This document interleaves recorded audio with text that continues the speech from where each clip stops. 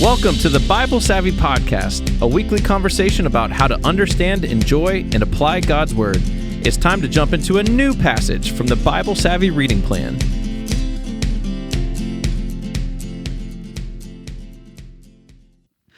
Hey everybody, I'm here with Pastor Courtney and Pastor David. And David, you've got a question, a seasonal question, I think. Always for us. I've got a season. Welcome to December, everybody. Wait a minute, you're in short sleeves and you're welcoming us to December. Listen, my body temperature runs a little high. It's fine. It's fine. Let it snow. All right, so it's Christmas season. I know we've argued about when you can set up Christmas decorations, but there's no debate. We are in December. It's Christmas time. That means Christmas movies are on TV.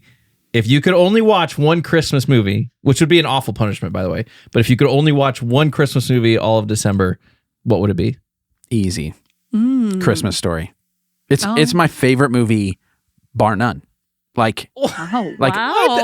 Yeah. This is a serious answer. Serious answer. Wow. I love Christmas Story. Now, if you say, are you always in the mood to watch it? No. But I love that movie so much. Gosh. I really only watch it once a year, but I would willingly watch it more often. We are often on opposite sides of this question somehow, because that's like the bottom of my list. Oh no! It is so last good. Place answer. It is nostalgia and sarcasm and all of the things wrapped in one. It's so good. The lines are quotable. I quote that movie every day. Would you to my children? Do you, or would you watch this multiple times in December? Yes. Yeah, I would. Okay. Yeah.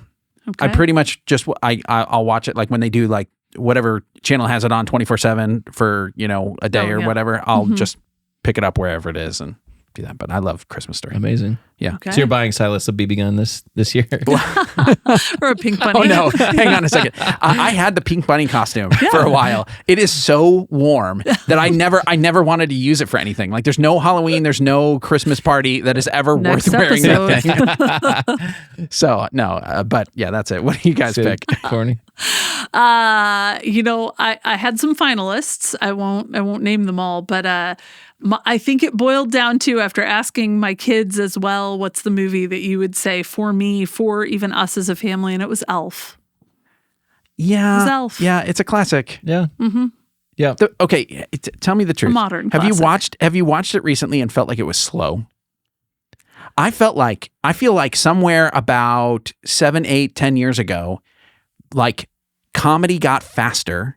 And so some movies that are a little bit older, even things that I think of as while I was an adult, I think this came out, they're slower. And so my kids watch that and they're it's not as funny to them. The pace isn't right. So I don't know what it is. Yeah, I don't know. My kids just watched it for the first time last year, so they're already like, Dad, when can we watch Elf? Maybe it's just my kids. So we do they've got eat sophisticated Elf taste. spaghetti. Or they have parents that talk they're fast. They're used to little Ralphie. Yeah. Interesting. Mine is The Grinch.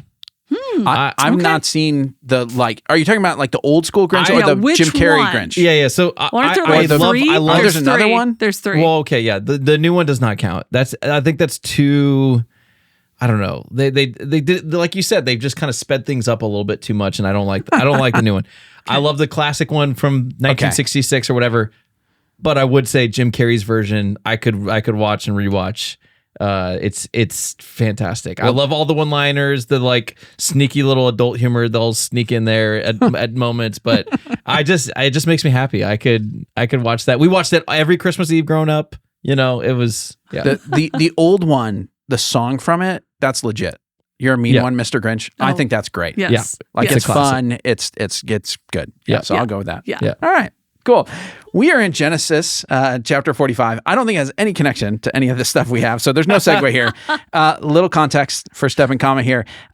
We are picking up where we left off on the last episode, because I'm pretty sure the passage we looked at last week was the Friday passage, and this is the Monday passage. So we are following up immediately on Joseph and Judah kind of in this conversation. So Joseph has set a trap for his brothers. They've shown up, they've asked for food, and he put in their bags as they're leaving all of their money and his silver cup in Benjamin's bag. He is pinning this on Benjamin so that Benjamin will have to stay with him.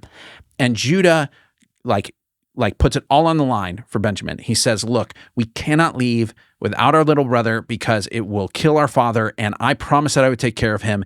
And whatever it takes, take me instead. I'll be in his place. And so now we're going to pick up in Genesis 45 with Joseph's reaction. Then Joseph could no longer control himself before all his attendants, and he cried out, "Have everyone leave my presence!" So there was no one with Joseph when he made himself known to his brothers. And he wept so loudly that the Egyptians heard him, and Pharaoh's household heard about it. Joseph said to his brothers, "I am Joseph. Is my father still living?" But his brothers were not able to answer him because they were terrified at his presence. Then Joseph said to his brothers, "Come close to me." When they had done so, he said, "I am your brother Joseph, the one you sold into Egypt. And now do not be distressed, and do not be angry with yourselves for selling me here, because it was to save lives that God sent me ahead of you. For 2 years now there has been famine in the land, and for the next 5 years there will be no plowing and reaping. But God sent me ahead of you to preserve you for a remnant on earth, and to save your lives by a great deliverance.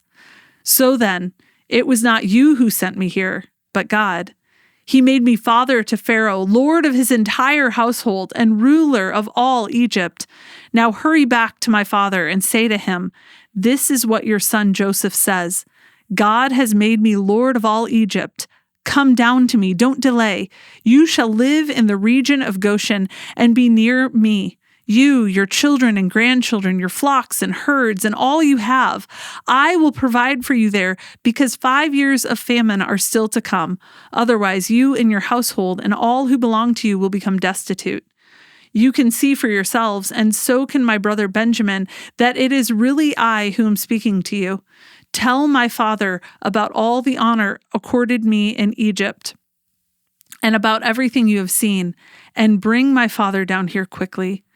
Then he threw his arms around his brother Benjamin and wept, and Benjamin embraced him, weeping. And he kissed all his brothers and wept over them. Afterward, his brothers talked with him. When the news reached Pharaoh's palace that Joseph's brothers had come, Pharaoh and all his officials were pleased. Pharaoh said to Joseph, "Tell your brothers, do this. Load your animals and return to the land of Canaan, and bring your father and your families back to me. I will give you the best of the land of Egypt, and you can enjoy the fat of the land." You are also directed to tell them, "Do this. Take some carts from Egypt for your children and your wives, and get your father and come. Never mind about your belongings, because the best of all Egypt will be yours." So the sons of Israel did this. Joseph gave them carts as Pharaoh had commanded, and he also gave them provisions for their journey. To each of them he gave new clothing, but to Benjamin he gave 300 shekels of silver and 5 sets of clothes.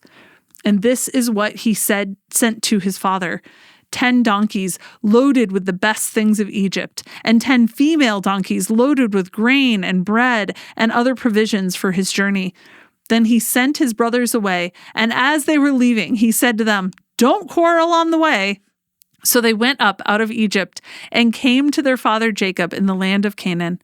They told him, "Joseph is still alive. In fact, he is ruler of all Egypt."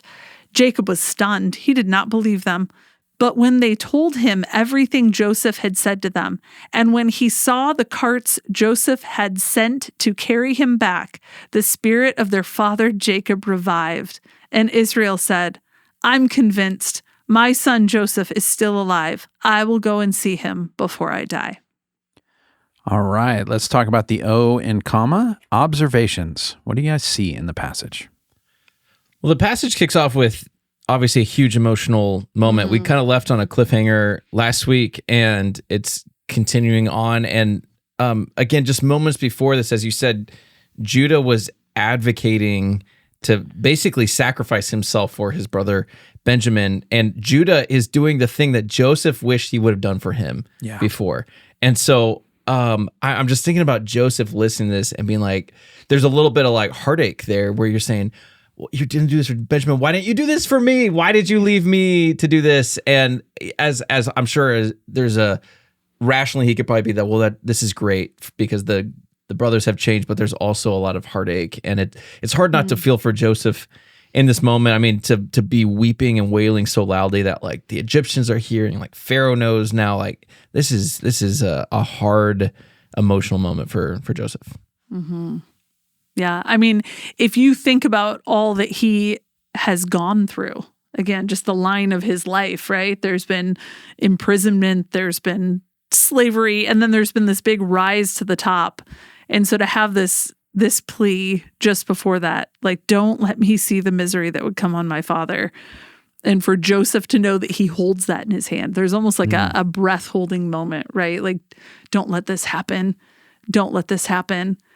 And he's like, everybody go out because this is about to get real. Like all the vulnerability and authenticity is about to come out. And yeah, there's just this like culmination of emotion that so, just incredible to think about. I'm looking at the contrast of the other emotion that's mentioned here. So Joseph is breaking down crying.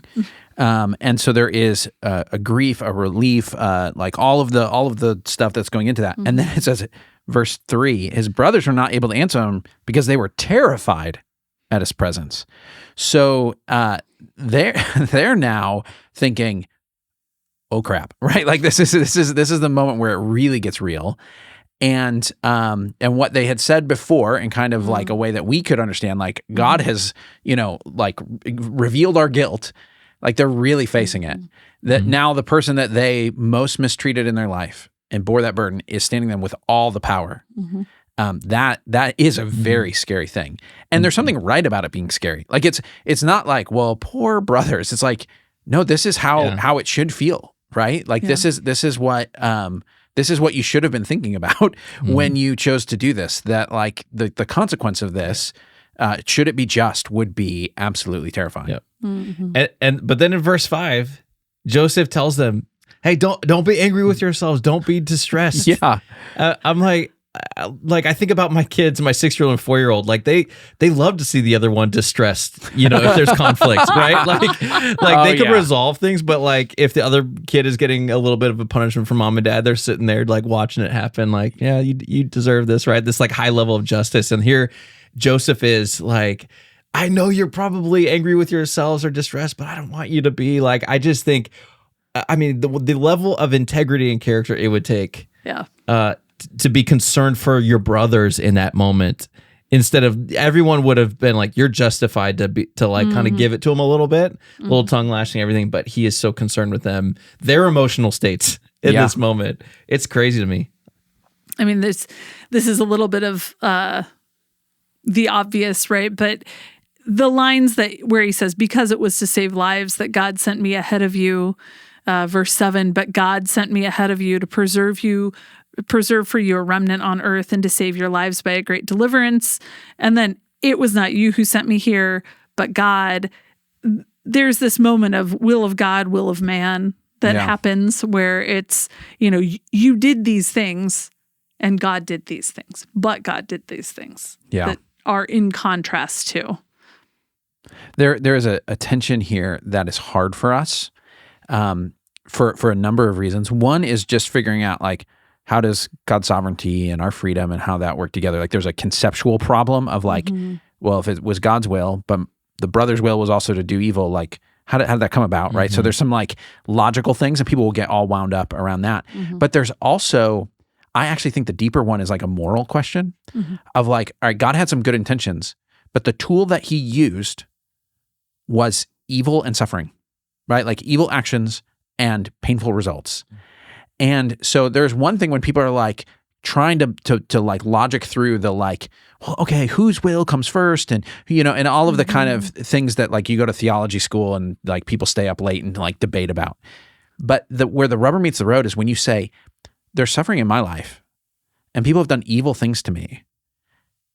How could I ever get to the place of saying, don't worry about it, God had plans, right? Like sometimes people will almost use that in a cheap way to sort of like move people past pain in a way that isn't appropriate. You know what I mean? That doesn't actually deal with what has happened to somebody. People have been in abusive situations and so on.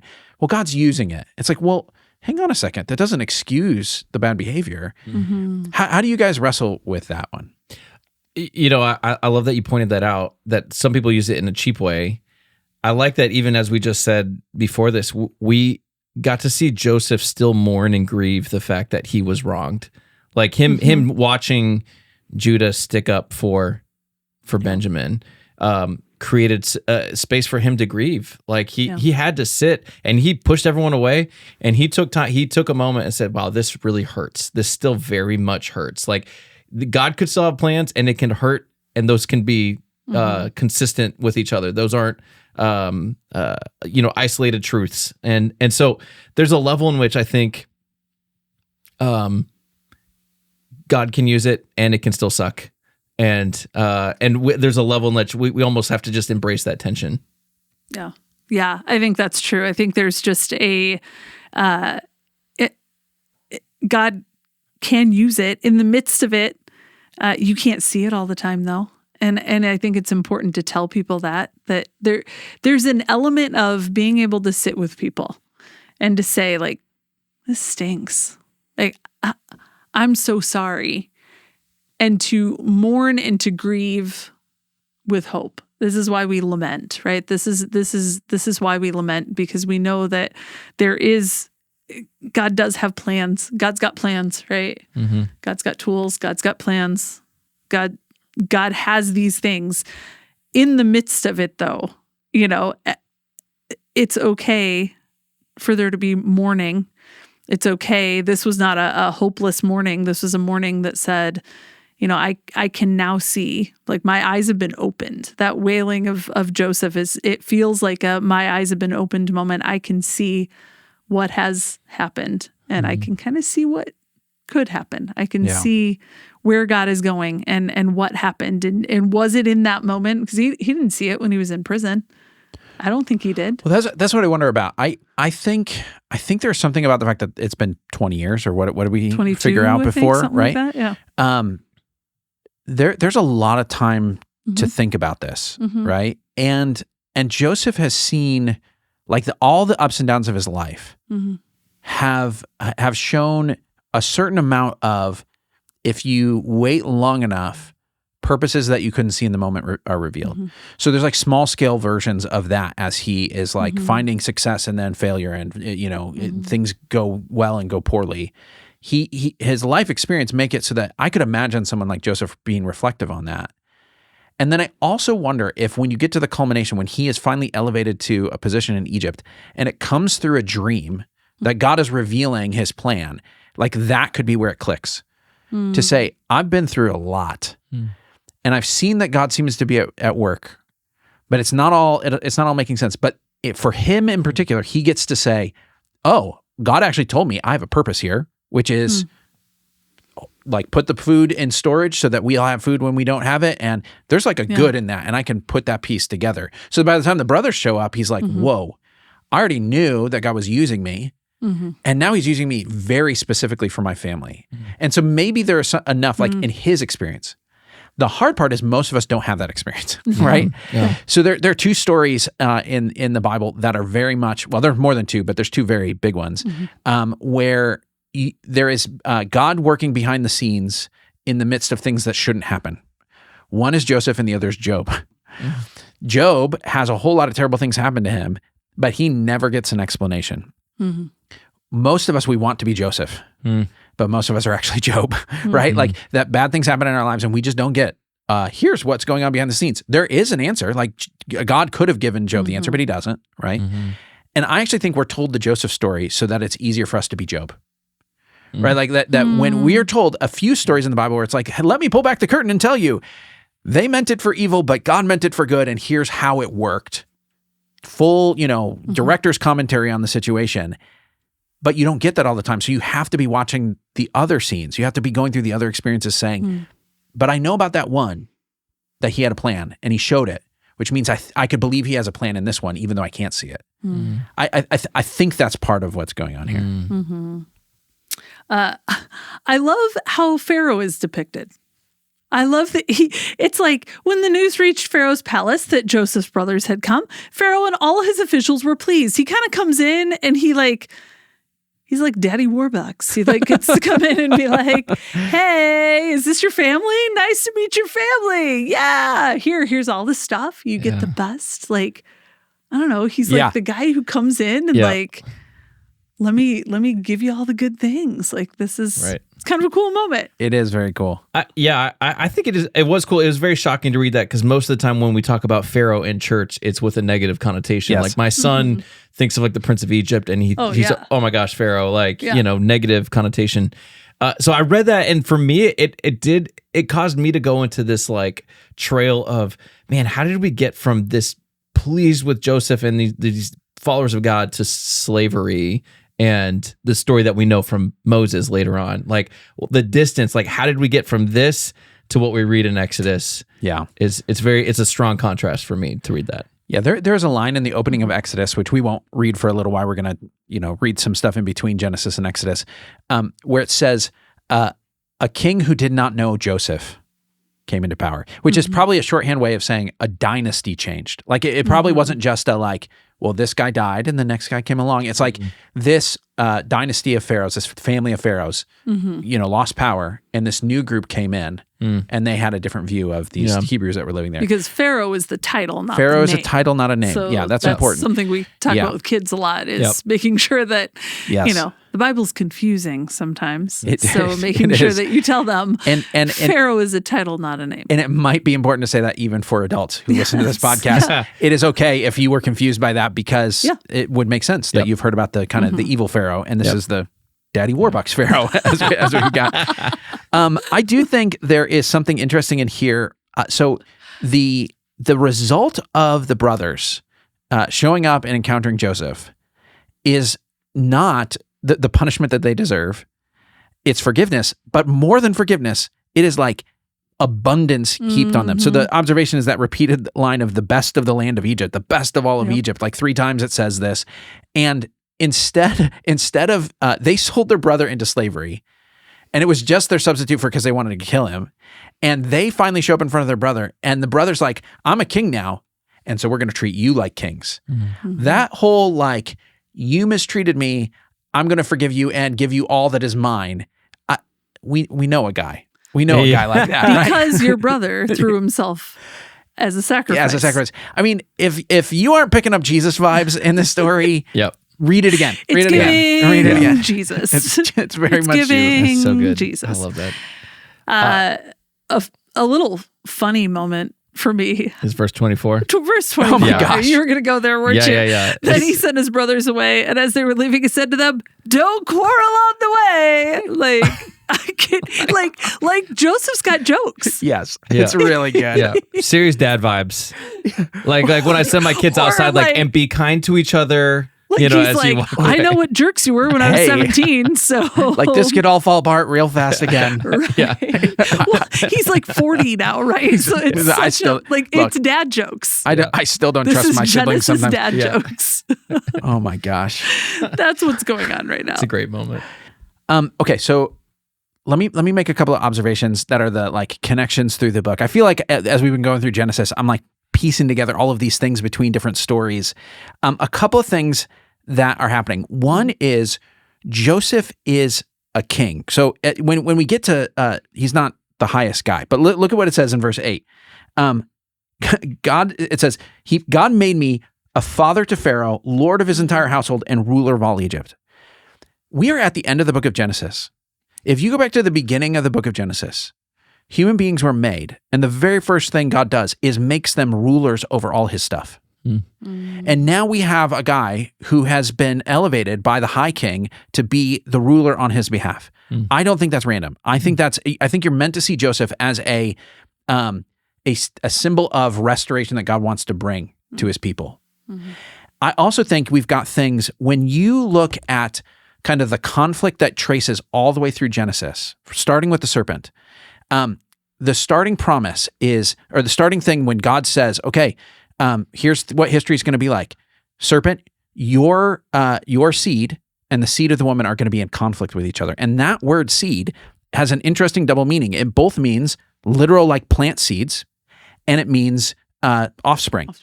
So you've got both of these things. And when you trace those two themes, through the book, you realize this is what's going on the whole time. The curse against the woman was you're going to have trouble conceiving and having children, and that's going to be scary that you're going to have any offspring. And the curse against the man is maybe the seed won't grow in the ground. And so these two things, as you trace the stories, you see what is always the problem. There are promised children and barren women, and there is famine again and again and again and again. How are we going to get through the famine? Because the seed won't grow. And how are we going to preserve the next generation? Because the seed won't grow. And when you get to Joseph, what is going on? He says, look, God sent me here to gather a bunch of seed, food, to preserve the promised seed, you guys. And there is this here at the end of the book, this culmination of saying God's going to make sure that all of the things that were broken by the devil at the beginning, he's going to protect and preserve, and there's going to be a future for the world. Like death is warring against the seed there. Yeah. And death seems to be winning over and over and over again. But God says, no. What they intended for bad, the thing that would have threatened the seed, I intend for good. I'm going to preserve the seed. Yeah, that's good. So the whole thing culminates in this. All right, let's go on to one of the M's in common. Let's talk about message today. What'd you guys get out of this? My message is simply God can bring life out of death. That Joseph was dead to them, but his death brought life to the entire country and his own family. Yeah. So my message is a little bit different in this one. It's similar to what you said theme-wise, but there are two words that I love in the Bible. Actually, there's two, and then there's two others. But I love them so much they're actually on the wall of my office, and the words are "but God." And so that little line in verse 7, just those two words, "but God sent me ahead of you." There is a message there that says, again, God there's something in the midst of it. Like you were talking about Job. Job maybe had some "and yet." That's the other two words that I like. They're both on the wall of my office. I have "but God" and "yet," because I think that those four words, like they change everything in Scripture. And that moment, "but God sent me ahead of you." There were so many moments when things were down, and "but God," eyes up, keep looking. So my message is similar. Evil intentions are incorporated into God's plans. And I think Joseph is like the first story that really highlights that. But all throughout the Bible, there are those stories. The most famous one, obviously, being Jesus, right? There are these lines in the book of Acts where the apostles are saying, you killed Jesus, you killed the Messiah, but God intended this so that there would be saving. Like there's that whole thing. And it reminds me of a story that is not in the Bible. It's in Lord of the Rings. Well, not really Lord of the Rings, but the Silmarillion, which I do want to point out. I don't know if this is noticeable on the camera, but next to the Bibles behind David is a copy of J.R.R. Tolkien's Silmarillion. Yeah. Okay, and so this is all of the kind of mythological background to the Lord of the Rings. It's almost like the biblical creation stories for Middle Earth, and the story of creation in that book is God gathering essentially all the angels, all of the kind of lesser spiritual beings, and saying, "I want to make a world, and here's how we're going to do it.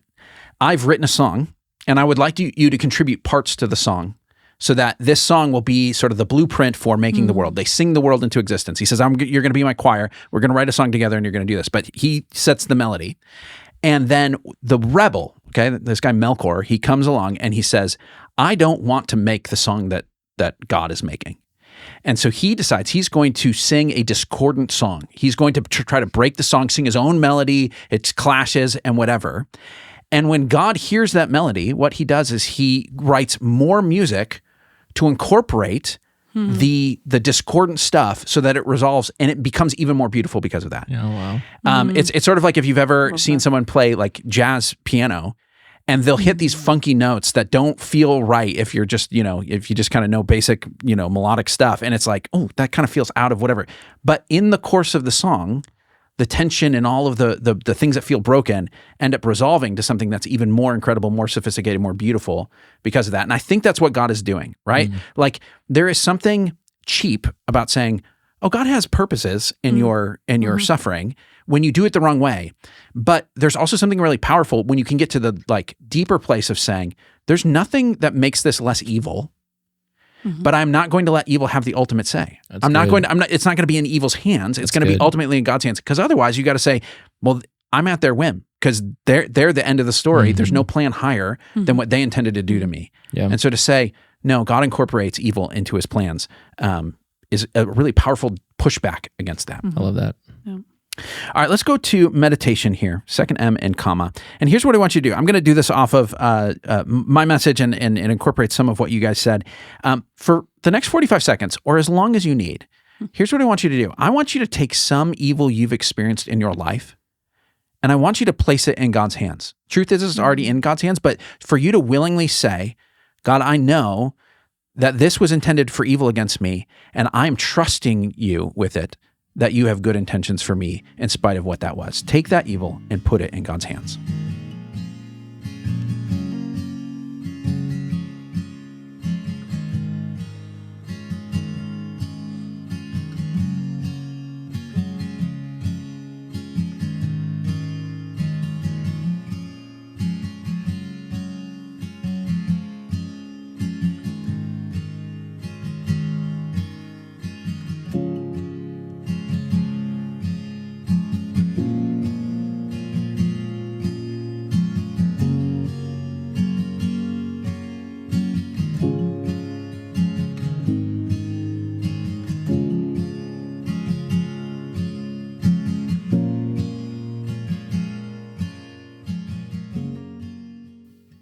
All right, let's talk about the A and comma. Application. What do we do in response to all this? All right, my message was God can bring life out of death. And so my application was very similar to your meditation, but to review the painful moments of my life and tally up the blessings I've experienced because of them. I think it's, I mentioned this earlier, but I think it's really easy to look back at painful moments and be angry or bitter or hurt. But I started to think, what if I went back over them and relived them and started to reflect on where would I be today? How would my character be today? What kind of person would I be today if I hadn't experienced those things? Because I think there are, even reliving them, it's like I can remember every negative thing that was said in different moments. I can think of one specific and think, gosh, that was just painful and awful, and I'm still grieving, and not acknowledge the blessings that have come out of that. And in many ways, like even just thinking about that one, I'm thinking, man, I wouldn't be here in this podcast studio with you guys today if there were certain painful moments that hadn't happened in my life that I still grieve, that I still mourn. Like those are still painful moments. Like I don't want to move past that, but I think to your point, it's that grieving and being hurt by something, and also saying, "Hey, God can use that." They're not mutually exclusive. Like they can both be held in tension together. That it could have hurt, and it still in some ways still does hurt, and God is still using it at the same time, and there's beauty in that. Yeah. Well, my message was just those two words, but God, and my application is to tell the but God stories. So it's similar to what you said. I think, one of my passions, I've devoted my life, right, to helping kids understand the gospel, to helping kids hold on to their faith past childhood, hopefully. Like though my job focuses on 0 years old to 5th grade, I often think but success in my job means they're moving beyond that. And so I want kids, I want my own kids. It's something that I've been very passionate about with my own kids, but really about with kids in general, with people in general, to know that there are but God stories, and they're real and they're true, and they're true in God's word, and they're true in your life. And to tell them, sometimes it takes a lot of vulnerability. Sometimes it takes, it's painful to tell some of those stories, but to tell the stories where God turned things around, or God used, I referred to and yet stories. Things are bad, and yet God is good in the midst of, or has purpose in the midst of, or, God sent me ahead of you to preserve for you. I think as people move, into owning their own faith, as kids move into owning their own faith, if they get tanked by the first bad thing that happens to them, because they've never heard that there is a God who has a plan and that redemption is real and that painful things can be used in your life, it is so much easier to walk away if you've never heard the but God stories. So tell them to your kids. That's good. Tell them to your friends, tell them to your neighbors, tell them to the people who are hurting, tell them to, your friend who needs hope, because they'll make a difference. It's good. I don't have much to add because my application sounds a lot like you guys, where it's to look back and tell those stories where God was at work and you could see it. The couple of nuances I would add is, sometimes when you look back on those things, you aren't always going to have the Joseph story, right? Like just because it happened in your past doesn't mean you have and I know what it was all about. There are some of those we're not always going to know, but there are some that we can. Even if they're small, those things build your faith for the moments that you're going through right now or will go through that are hard. The other little wrinkle I'd add is a lot of what we've been talking about is things that happen to us, right? Like the evils happen to us. But there's a place for the brothers to have to reflect on their own thing. And I'm not talking about it in a cheap way of like, well, whatever, I messed up, I screwed up, but like, well, gotta fix it or whatever. Like, it's not an excuse for what they did. But there is a moment after you have grappled with the real gravity of your sin where you say, even my evil intentions did not derail God's plan. There is a mercy in realizing that even though I really screwed up and I feel awful about it, and I wish I could take it back, that even those things get incorporated into God's plan, that even those things get used by God. And what I really should have, I really should have screwed everything up. Even I could not do that. And there's a mercy in finding out that your evil intentions actually get incorporated into God's good purposes. Yeah, well. Thanks for hanging out with us. Join us again next Monday for a new episode where we'll be looking at another passage from the Bible Savvy reading schedule. And in the meantime, if you're not following along with the reading plan, check out BibleSavvy.com. Also, you can subscribe and leave a review on whatever platform you're listening or watching on. You can find us on YouTube or wherever you listen to podcasts. Email us your questions or suggestions at podcast@BibleSavvy.com. Lastly, tell your friends, and we'll talk to you next week.